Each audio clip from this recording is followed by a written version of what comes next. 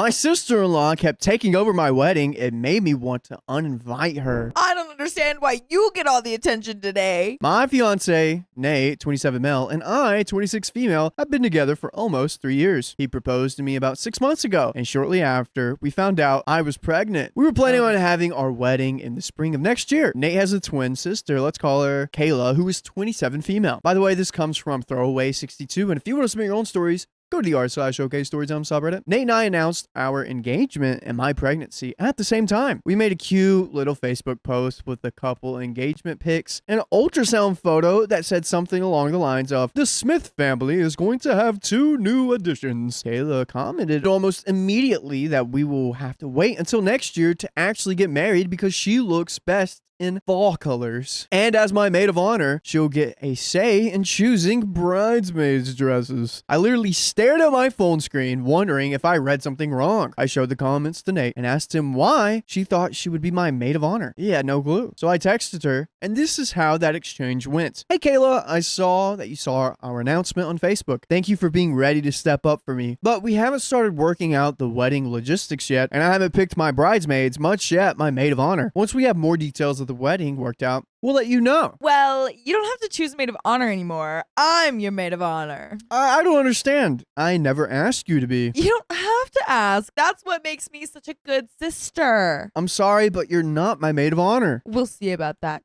I showed these messages to Nate, who said he would have to deal with it. I have no idea what the extent of our conversation was, but Kayla never brought up being my maid of honor again. I just reread her ugly attitude in different ways. As of now, Nate and I have booked the venue, caterer, the florals, decorations, and the DJ already. A couple of months ago, I invited mine and Nate's mothers, along with my sister, Sam, who I will ask to be my maid of honor, to do some dress shopping. Kayla found out from her mom and invited herself to tag along. We started looking for a dress for Sam. I wanted my bridesmaid in a pretty pastel yellow, but Sam is going to be more golden. Kayla would not shut up about how yellow is such an ugly color, and I should go with pink or blue instead. She even grabbed a bunch of pink and blue dresses to try on herself. I tried my best to ignore her, while her mother entertained her bizarre ideas. Sam and my mother were making constant comments about how it's my wedding, and if Kayla isn't going to be helpful, she should just leave. Unfortunately, she didn't, and I'm too nice to punt her out in front of my mother-in-law, who I already have a strained relationship with. Our mothers were able to shop for their dresses with little interference from Kayla. But as soon as I started trying things on, she had all sorts of things to say. She would tell me that certain styles wouldn't look good once I had a baby bod, and even told me I should consider not wearing white since I'm obviously not a virgin. I told her she wasn't a virgin when she got married either, yet she still wore an adorable white sundress to the courthouse. She grumbled about how that wasn't the same, but I was already halfway back to the changing room. I still don't know what happened while I was there, but when I came out, Kayla and mother-in-law were gone, and Sam had a smug smile on her face. I never discussed any details of the wedding with Kayla, if I could help it, but I've heard Nate sharing some of our plans with her. He told her we were planning on a buffet-style meal because we have a lot of dietary restrictions with our family, and that was the cheapest way to accommodate everybody, literally like a few $1,000s difference. And she told him he deserves someone who wouldn't go cheap on his wedding, even though the buffet was his idea. He told her about our venue choices. He picked out the reception venue. I picked out the ceremony venue, which is the same place as my parents got married. My father passed away, and since he cannot walk me down the aisle, I always wanted to get married in the same place he was married with my mom to sort of feel like he was there with us. She told Nate that my venue choice was tacky and people would make fun of us. When he mentioned he wanted a DJ, she made a comment about how she knew I wasn't classy enough to want a live band. Each and every time she would make a comment like this, Nate would tell her that they were his ideas, but not call her out for how she spoke about me, which I do feel a little hurt by. I expressed this to him, and he told me that he would try to do better about calling her out,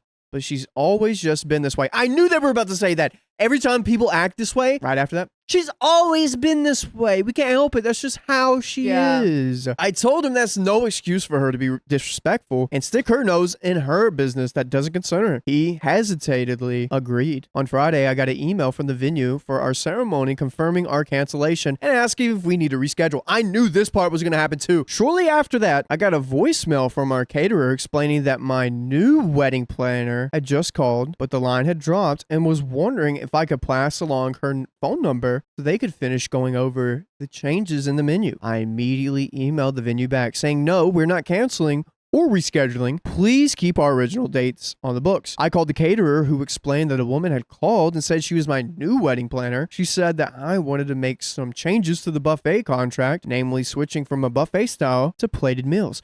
I told him that was not the case. I do not have a wedding planner, and please do not make any changes unless contacted by me or Nate directly with the contact information we have on file. The caterer suggests putting a password on fire. Also, he said he wouldn't make any changes unless the person requesting them knew the password. I called both venues and all of our other venues to put in place the same types of precautions. They gave their sympathies for me that having to deal with this. When Nate got home from work, I confronted him about it. I told him someone tried to cancel my venue and change our catering. I told him the only person it could be is Kayla. He tried to deny and say that she wouldn't do it, but I reminded him of how she undermined and insulted me during every step of this engagement. I told him I wanted her uninvited. I will give someone who has already done so much to make this wedding stressful the opportunity to do something like show up in white. He fought me on this, but I basically told him that I felt disrespected by him over how he is treating Kayla to treat me. I am his partner. I'm the mother of his child. My feelings and comfort should be more important to him than his sister's childish antics. He met with her for lunch earlier today, and once we got dessert, he asked her if she was trying to make changes to our wedding plannings. She said, and I quote, well, yeah, it's the maid of honor's job to make sure the bride is making the right decisions. Before Nate could even say anything, I told her she is not my maid of honor. And if she was, that would not give her the authority to undermine our decisions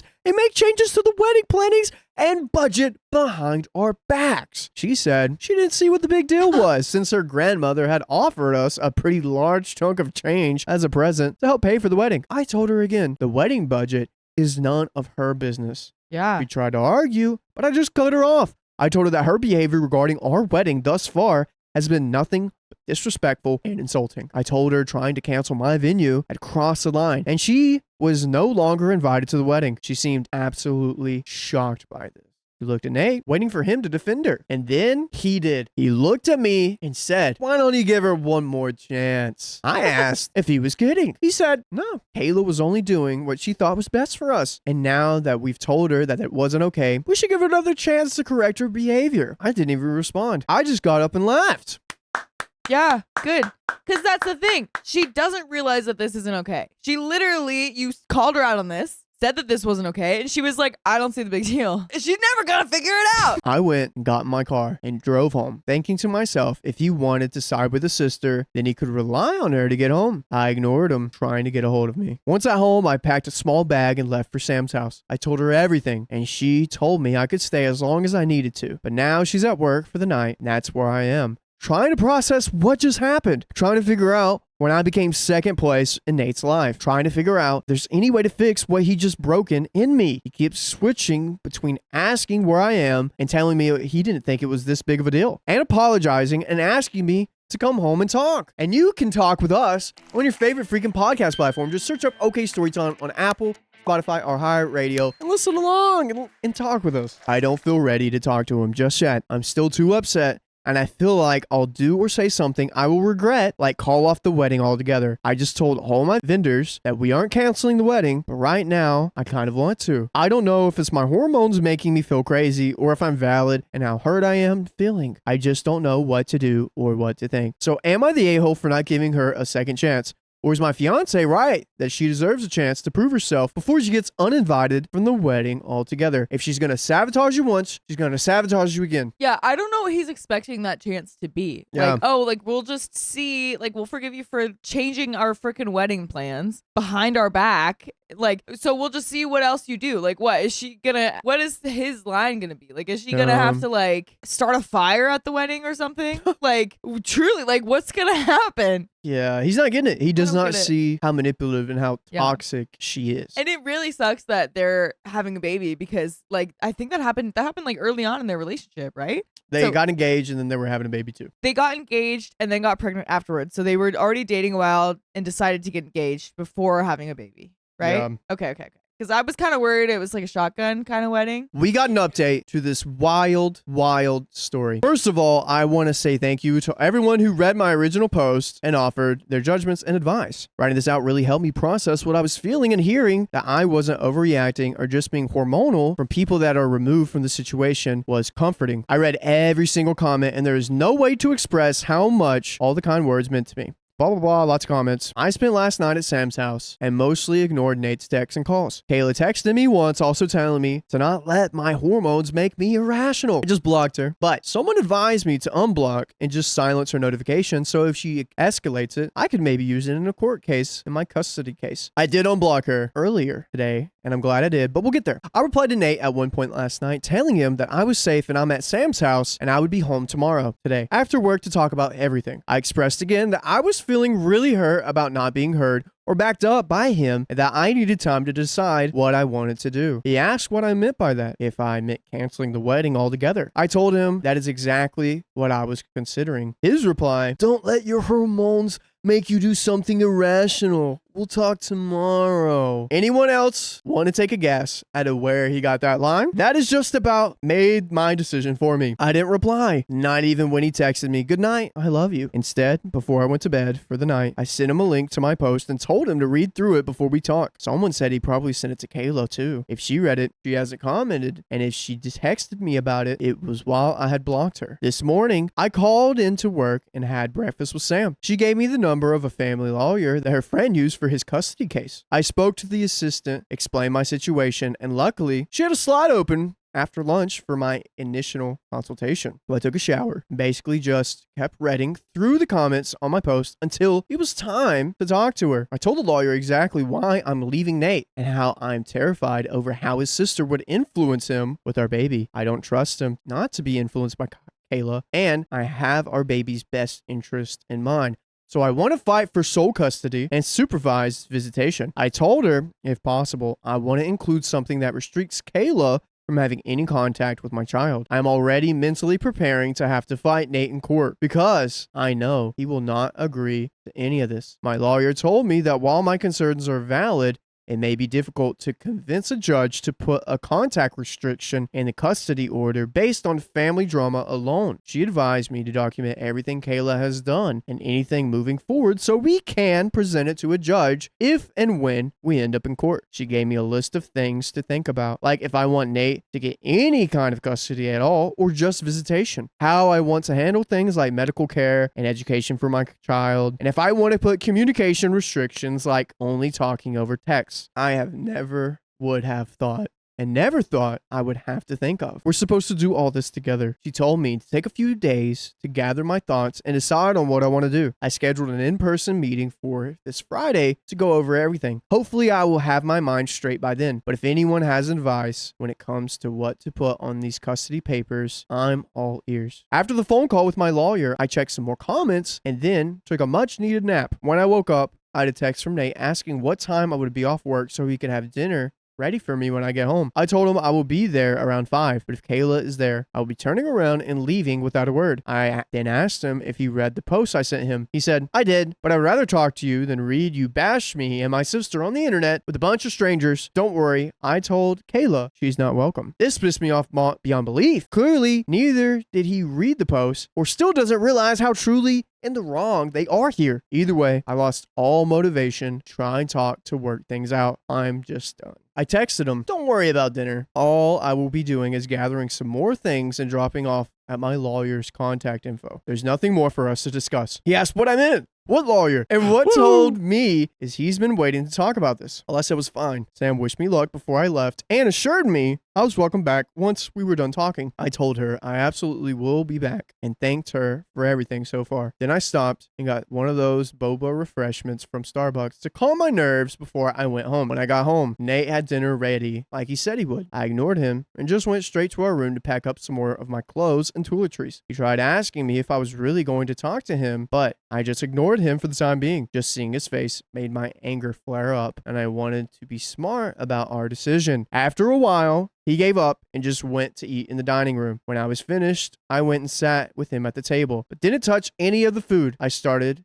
a voice memo on my phone before I said, "Go ahead." He looked at me all confused, so I told him he was the one that wanted to talk and must have so much to say, so go ahead. He stumbled over his words for a while, but ultimately started off with an apology, trying to tell me he didn't realize I was so upset with Kayla's behavior. I asked him if he remembered how hard I cried after I got home from dress shopping because of her comments about my choices and my body. If he remembered having to talk to her about not being my maid of honor. If he remembered our conversation just a few days ago where I told him canceling my venue that held so much sentiment to me was way too far over the line. He said he did each time and tried to add a but to argue, but I just cut him off with my next example. I told him, after all that, he's 100% should have known I was beyond with her BS. Told him I was so hurt and pissed that I wanted to uninvite her, but he wanted to give her another chance? To what? Cancel our DJ and book a live band? Dye my hair red or show up in white herself? He told me she would never do that. I told me she would never cancel my venue, but then she admitted to it in front of our faces. I told him I don't trust his opinion on his sister and that he is just as delusional as she is if he thinks she will change. I asked him why he even told her so many details of our wedding anyways. Why does her opinion for our wedding even matter? He tried to tell me that Kayla didn't get to have a real wedding when she got married. She was just a little too excited about ours. I told him she has all the right in the world to be excited, but that does not give her any rights to insult or change our choices regarding what we want for our wedding. She'll have plenty of opportunities to have a real wedding. If she could stop for 2 seconds and take her nose out of our wedding business, she could go out and find a man or woman to marry herself. Poor soul, whoever that might be. I asked him, what's next? She gets to name our baby since she lost her own. The look on his face made my stomach feel hollow. He told me, and I quote, actually, Kayla does have a few ideas for what we can name our daughter. Daughter? Side note, I had mentioned in a comment previously that we were waiting to be surprised about the gender of our baby.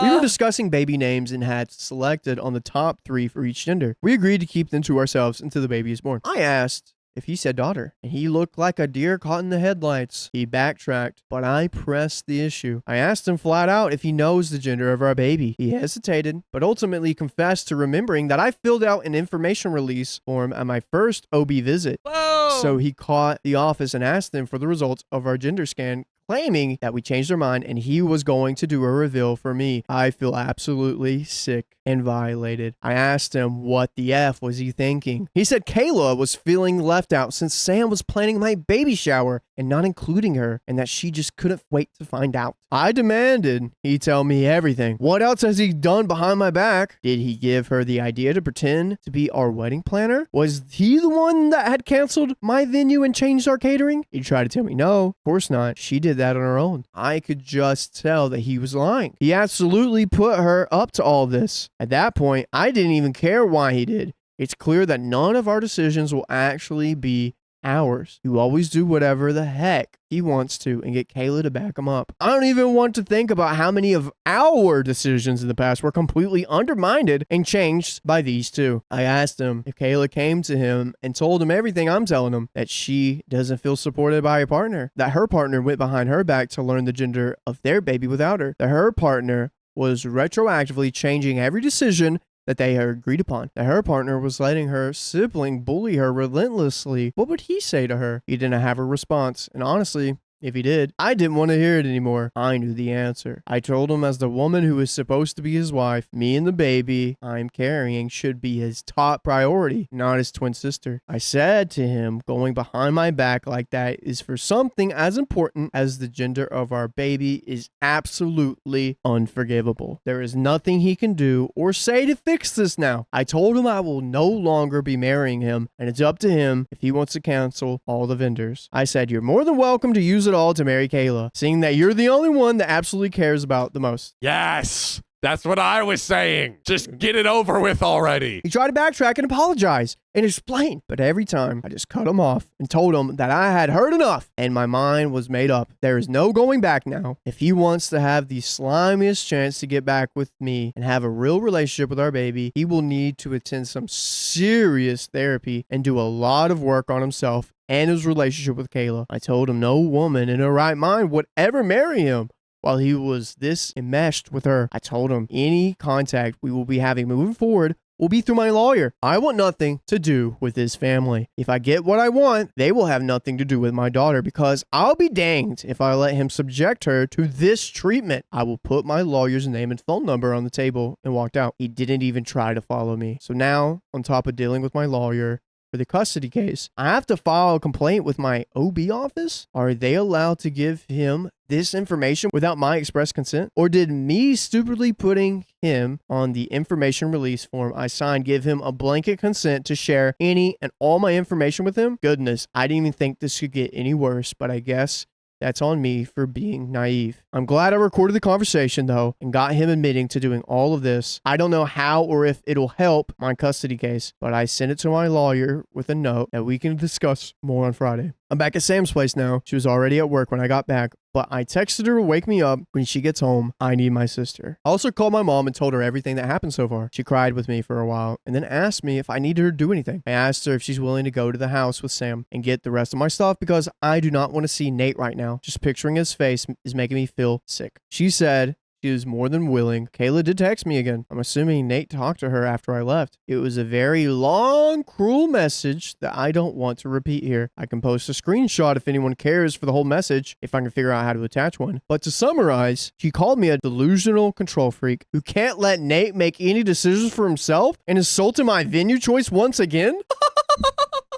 So the person who wants to plan their own wedding is a control freak, but the person who decides that someone else's wedding venue is not good enough and goes in and completely changes it, aka controls it, is not a control freak? Honestly, after I read that, I thought the message would hurt, but it gave me a really good laugh. I took a screenshot and sent it to my lawyer as well. And that's where we're at. The wedding is off. I will call the vendors tomorrow and see if I can get any deposits back. If not, I'll let them know how to contact Nate and Kayla to see if they would like to keep things as planned. Let them throw a party for all I care, but I will be canceling my venue regardless of my refund. Neither of them are going to step foot in that sacred place if I can help it. I didn't realize how much I was letting this weight weigh on me until now. I feel a huge weight has been lifted off my shoulders, even though a new one is settling very quickly. Writing everything out like this is truly so freaking helpful for me to process how I'm feeling and what I need to do. I don't know if I will keep doing formal updates, but for anyone who's interested, maybe I'll just treat this profile like a little journal as this all unfolds. Thank you again to everyone and your advice and for showing me I'm not crazy. You're not crazy at all. Oh my God. What in the hell did I just read?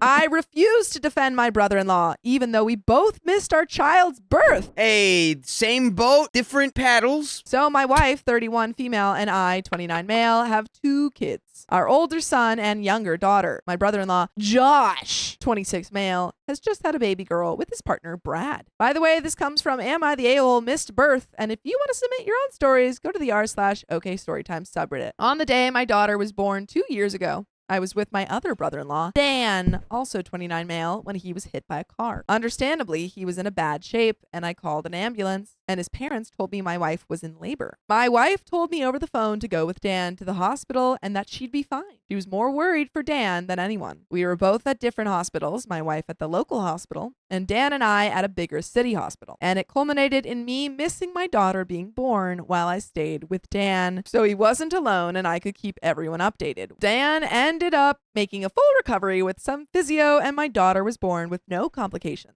And I met her when she was a few hours old. Now, Josh and Brad had a baby due in late August, but Josh had a vacation with his friends booked for July. Note, it was a vacation within the country and within the vid restrictions. Brad asked him not to go so close to the baby being born, and I also advised him not to go. But he chose to anyway, as he thought he had enough time. Evidently, he did not. Brad went into labor while he was gone, and his daughter was born without him there. Like my case, it was a few hours before he could get back to meet her. The entire family is fuming at him because we all told him not to go on the vacation. He asked for my support because he thought I would understand, and told him it's a completely different scenario and that I had no choice. And more importantly, my wife's permission. Apparently, he and his friends all believe that we, but more specifically me, because I should get it, are a-holes because it wasn't his choice to miss the birth because she was born preemie. I think he's the a-hole because there is a huge difference between the reasons I couldn't be there versus his reasons. I seriously don't get his logic. So I'm asking you guys for some more perspective. Am I the a-hole? Edit. I didn't put this in the post to avoid any off-topic questions or transphobes, but Josh's partner is trans man, not a wife, girlfriend, lady. I keep getting asked this. So baby was 5 to 6 weeks early. Edit 3. Wow, this made it to Twitter. I'm amazed. My wife has 2 brothers called Dan and Josh. They are brothers, not in a relationship. Josh's partner is unnamed because, as I said, I tried to avoid gender. Edit 4, last edit. I promise I've gone back and named Josh's partner Brad to hopefully clear things up. And there are some comments. Not the a-hole. He clearly didn't have his priorities straight. If he chooses to go on a vacation when his pregnant partner is asking him not to, he's already an a-hole. He is just trying to use you as a shield. OP. His logic was that the vacation was booked pre-baby, so he should still go, which seems stupid to me. Oh, and I don't want to nitpick, but Josh's partner is a man. I just didn't gender him in the post because I didn't want to attract off-topic questions. Commenter 2, info. How long was he supposed to be away for? And what day of him being gone did the partner go into labor? OP says, I think it was a week-long trip. He left on Sunday morning, and his partner was in labor by Thursday night/Friday morning. Commenter 3 says, not the a-hole, especially because his partner is.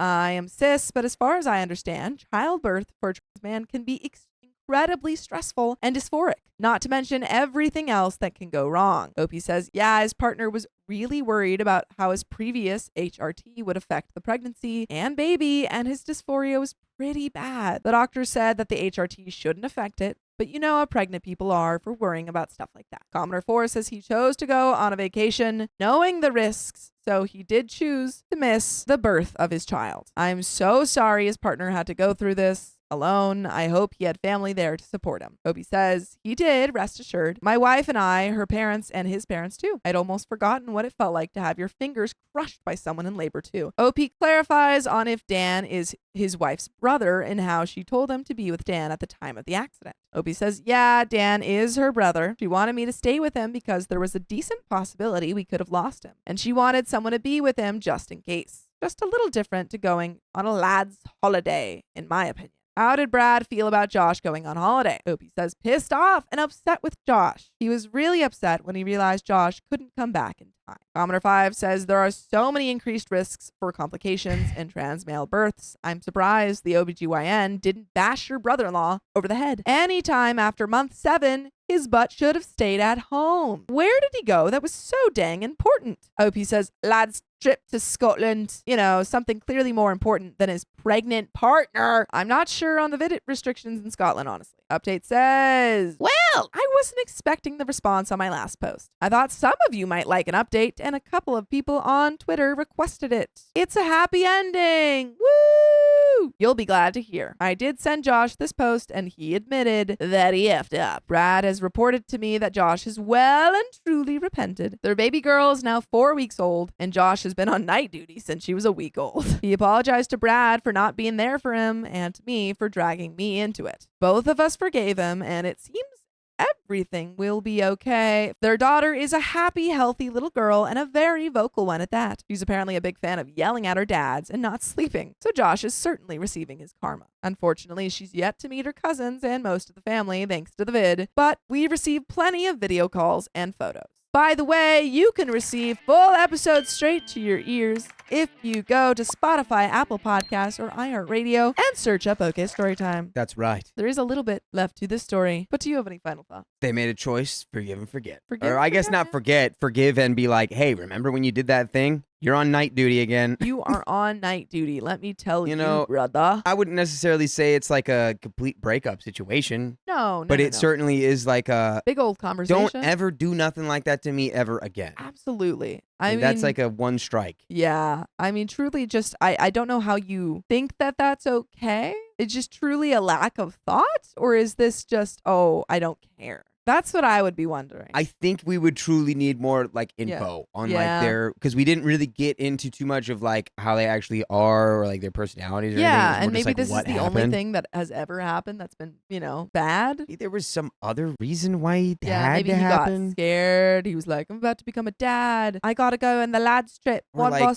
maybe- last time. Someone on the lads trip were they maybe sick or something, They were like, lad, and like you've they don't gotta want anyone to fill- know you've gotta or fill the something. spot. The lads trip can't be complete without all 6 of us. So this is an entire hypothetical, but like Yeah. just imagine like you're on this lads trip, Scotland. One of them has cancer, doesn't want to tell anybody. Now you're in a Okay. hard rock and a hard place because you Yeah. can't. You're like, well, I either betray the trust of the friend who doesn't want anyone to know about his diagnosis, Yeah. or I betray my partner who's Yeah. giving birth. But maybe I can make it back for both. I can do both. This is an entire hypothetical I have Yeah. just cooked up in my brain, but it's like Maybe- why the world isn't black and white. There's almost everything in the world is in a gray zone. But folks, there's a little bit left to this story. Brad also saw the post and thanked everyone for their congratulations and support. He's recovering well at home and he's almost ready to start binding again, as well as slowly returning to taking HRT. I'm sure some of you will be disappointed to hear that Josh has been forgiven, but that's just the way it goes. My niece will grow up in a happy family with 2 dads who love her. And hopefully Josh will never be so dumb again. Relevant comments, OP says, clarifying on the meanings of binding and HRT. Binding is the practice of flattening down the front airbags with a special type of vest to make them appear non-existent.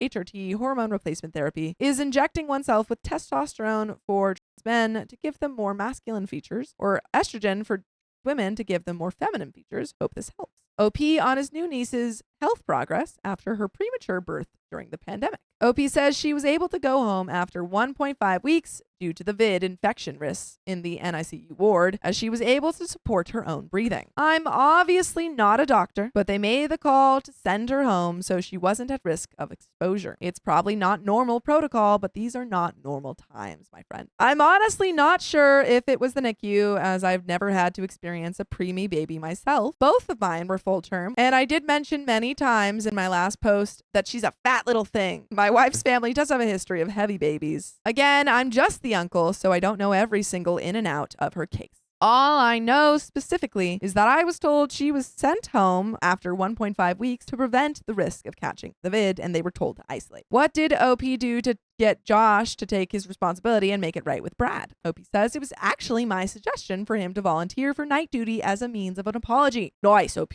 I'll never understand fathers who don't share their parental responsibilities equally. Why have children if you don't want to care for them? By the way, thank you so much for the award. I'm grateful. OP on his history with his wife's family and how healthy their relationships are. OP says, I do love that about my wife's family. I've been a de facto member since I was 11 when I met Dan, her brother, and started dating my wife at 13. So I still really respect the amount of accountability and conflict resolution they go through as a family unit. We claim responsibility for our idiots, and we love them. Opie says her parents are now at the point where they say they have 5 kids. Their actual children, my wife, Dan and Josh, and then me and Brad. Most of my friends think it's odd that my core friendship circle consists of my wife, her 2 brothers, and 1 brother's partner, but it really just makes spending Christmas together really freaking easy. And sometimes you just find the people you like, man, and sometimes it's your wife's brothers. Yeah, who's got problems with that? Who's What got are we a problem talking with about? Jealous. OP shared a surprise. Opie says, oh, there's no doubt about it. If you can keep a secret, and because I'm absolutely passing away to tell someone my wife is actually 2 months pregnant with baby number 3. Oh boy. Tell Oh, baby Dan number to stay out of 3. the car. I can already sense how close they'll be with D. Editor's note, Josh and Brad's baby. That's so sweet, man.